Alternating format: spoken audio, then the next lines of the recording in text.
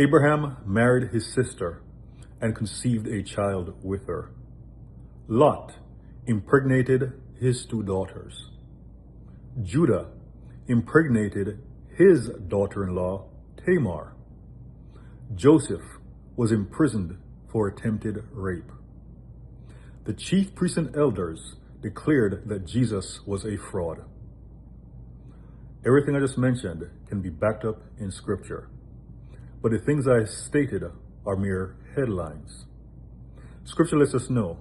In fact, Jesus said, "Do not judge by appearances, but judge righteous judgment."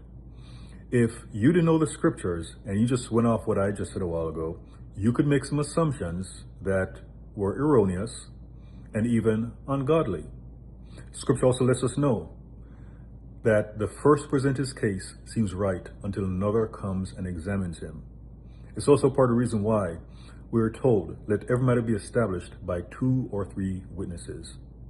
Because sometimes one person will say something and they may have a bias, they may have an agenda, and they'll tell a lie by omission, meaning they tell you something that's truthful, but they leave out a critical fact. Satan, when he tempted Eve, he mentioned that if they ate from the tree of knowledge of good and evil, that they would be like God, knowing the difference between good and evil. And you think that Satan, being the father of lies, that there's no way anything he said was correct.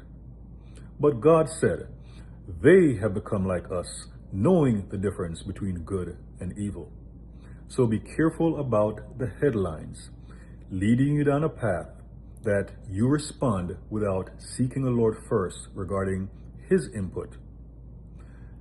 Be quick to hear, but not just slow to speak, but slow to respond.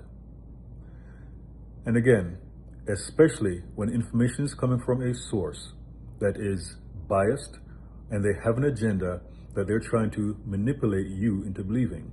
And they'll give you a fact or a factoid, and they'll present it as if it is the truth, or a newspaper headline, an internet post. And you just read the headline, and if you just read a headline, because sometimes they'll give you a headline that's deceptive, but in the story itself, they will tell you the truth. But they're only counting on you just reading the headline, falling for the devil's bait, and then find yourself in a position where you, as a child of God, may start fighting against God because you heard the headline and it was actually true, or the way they stated it was true, but they're leading you down a path to fight against God.